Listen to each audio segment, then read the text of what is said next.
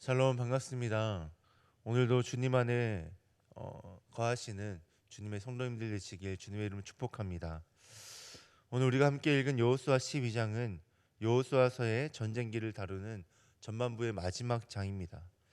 이 내용은 11장의 이용과 긴밀하게 이어지는데요. 주제적으로나 구조적으로나 긴밀하게 이어집니다. 11장에서는 그동안 전복 전쟁을 통하여 차지한 땅의 범위를 간략하게 요약하고 보고한다면 오늘 읽은 12장에서는 가나안을 정복한 내용을 조금 더 자세하게 보고하고 있습니다. 이를 통하여 우리가 성경에서 이야기하는 것이 무엇인지 알 수 있는데 성경은 하나님의 언약이 성취되었다라는 것을 말씀하고 있습니다. 그런데 12장의 보고의 내용을 보면 조금 특이한 것을 살펴볼 수 있습니다. 그것이 무엇이냐면 정복한 땅의 왕들, 곧 그들이 점령한 나라를 다스렸던 왕들의 이름을 열거하고 있다라는 것입니다. 12장 1절부터 6절까지는 이스라엘과 모세가 점령했던 나라와 왕들에 대해서 열거하고 있고 7절부터 24절까지는 이스라엘과 여호수아가 점령했던 나라와 왕들에 대해서 보고하고 있습니다. 물론 모세가 점령했던 나라는 이 가나안 동쪽에 있는 나라이고 여호수아가 이스라엘이 점령했던 나라는 이 가나안 땅의 나라에 대해서 이야기를 하고 있지만 이 가나안 정복 전쟁을 본격적으로 치르면서 점령했던 나라들 또한 이스라엘 백성들이 거주하는 나라들이기 때문에 이 모든 것이 하나님께서 가나안 정복 전쟁 가운데 허락하신 땅이다라고 볼 수 있습니다. 이렇게 이스라엘이 점령한 나라는 총 33개의 나라인데요. 그래서 여호수아 12장에는 총 33명의 왕의 이름이 기록되어 있습니다. 이렇게 가나안에는 많은 왕들이 존재했는데요. 이 왕들의 수와 그 나라들만 보면 이 가나안의 영토가 엄청나게 컸을 것이다. 또 가나안의 면적은 엄청나게 넓었을 것이다라고 상상할 수 있지만 사실 가나안 땅은 그렇게 큰 면적, 넓은 면적을 가지지 않았습니다. 그런데 가나안에는 왜 이렇게 많은 왕들이 존재했었던 것일까요? 제가 말씀을 묵상하면서 깨달았다는 것은 죄송합니다. 이처럼 세상에는 왕이 되기를 원하는 많은 사람들이 있다라는 사실이었습니다. 이런 원함은 오늘날에도 계속 이어지는데요. 많은 사람들은 어떤 상황에서나 사건들 또한 주변 사람들이 자신의 통제 안에 있기를 간절히 소망합니다. 그래서 계획을 세우고 계획을 이루기 위해서 애를 쓰는 것이죠. 그런데 그렇게 계획을 세우고 계획을 이루기 위해서 노력하는 이유가 무엇일까요? 그 근본적인 동기가 무엇일까요? 어, 본인이 스스로 왕이 되고자 하는 것입니다. 내가 자신의 삶의 주인이 되어 다스리고 통제하기를 원하는 것이죠. 성경은 이것을 인간의 죄의 본성 때문이다라고 말씀하는데요. 죄의 본성을 가지고 있는 모든 인류는 이렇게 자기 중심적인 생각을 가지고 있고 자신의 뜻을 이루기를 원합니다. 그러나 성경은 또한 분명하게 이야기하는 것이 있는데 이 세상의 왕은 오직 하나님 한 분밖에 계시지 않다라는 것입니다. 오직 하나님만이 이 세상의 진정한 왕이시고 오직 하나님만이 진짜 왕이시다라고 말씀한다라는 것이죠. 오늘 우리가 읽은 말씀에서도 이것을 말씀하는데요. 하나님께서 이스라엘을 통하여 이 세상의 모든 왕들을 물리치신 이유가 무엇일까요? 이 가나안 땅에 있는 33개의 나라의 왕들을 물리치신 이유가 무엇일까요?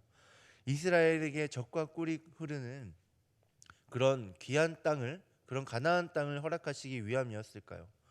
그것도 맞겠지만 더 근본적으로는 하나님을 왕으로 모시는 이스라엘과 같이 이 땅의 모든 민족이 하나님을 왕으로 모셔야 된다는 사실을 알리시기 위함이었습니다. 또 그들의 전복 전쟁을 통하여 누가 이 땅의 진정한 왕이신지를 보여주신 것입니다.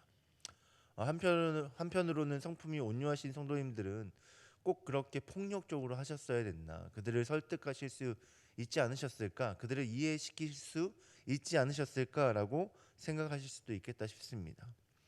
사실 저도 말씀을 묵상하면서 하나님이 이렇게 꼭 과격하게 그들을 다루셨어야만 했나? 그들을 멸망시키셨어야만 했나라는 생각을 하게 되었습니다.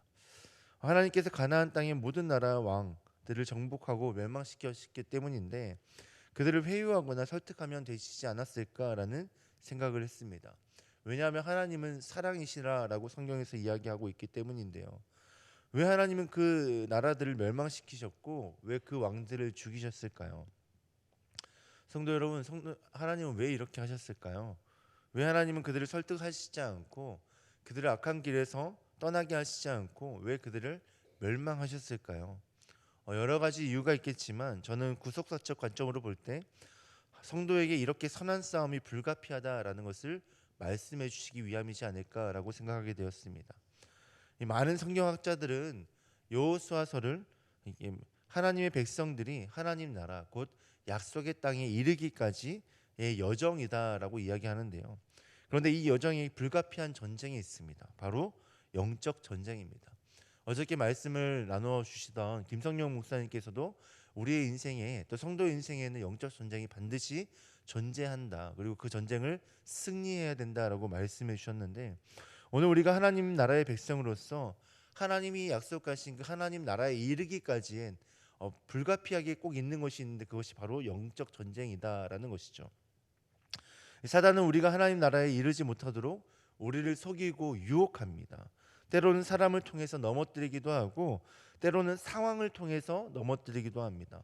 때로는 내 안에 있는 이 죄의 본성을 건드려서 유혹하고 우리를 넘어뜨리려 하죠. 이렇게 하나님 나라에 이르기까지 우리의 신앙은 계속해서 전쟁의 연속인 것입니다.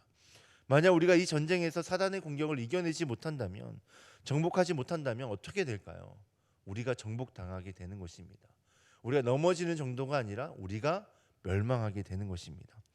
오늘 말씀을 통해서 하나님은 이것을 이야기한 것입니다. 오늘 우리가 영적인 전쟁에서 악한 영의 권세에 또 죄의 유혹에 이끌려서 우리가 넘어지게 된다면 우리가 정복당하게 될 것이고 더 나아가 멸망당하게 될 것이다. 그리고 하나님이 약속하신 그 약속의 땅에 이르지 못하게 될 것이다 라는 것을 오늘 이스라엘의 정복 전쟁을 통해서 우리에게 보여주시고 또 구속사적 관점으로 많은 사람들에게 보여주신 것이고 또 그 시대의 많은 나라들에게 말씀하신 것입니다. 우리가 영적 전쟁에서 악한 영의 권세를 정복하지 않으면 정복을 당하게 됩니다. 패배하게 된다라는 것입니다. 그래서 우리는 철저하게 우리 안에 있는 죄와 싸워야 하고 또 우리를 유혹하는 사단의 권세와 싸워야 하는 것입니다. 그런데 참 감사한 것은 우리를 승리로 이끄실 하나님이 우리와 늘 함께한다라는 것입니다. 방금 전에 우리가 말씀을 나누기 전에 찬양에서도 고백했지 않습니까? 우리에겐 참 많은 전쟁이 있고 참 많은 유혹이 있고 참 많은 시험이 있지만 우리와 함께 하시는 그 하나님으로 인해서 우리가 늘 승리할 수 있음을 고백했지 않습니까? 그 하나님이 우리와 함께 하신다라는 것입니다. 이스라엘이 어떻게 가나안 땅을 정복할 수 있었을까요? 그 거대한 성들을 어떻게 하나하나 다 정복할 수 있었을까요? 하나님이 그들과 함께 하셨기 때문입니다. 또 그들이 철저하게 하나님 편에 섰기 때문입니다. 우리가 하나님 편에 서기만 하면 하나님께서는 우리에게 승리를 주십니다. 그것이 가나안 정복 전쟁에서 이스라엘이 승리할 수 있었던 비결입니다. 우리가 이 땅의 진정한 왕이신 하나님 편에 서서 하나님을 의지하고 하나님 한 분만을 주인 삼으면 우리는 이 전쟁에서 승리할 수 있습니다.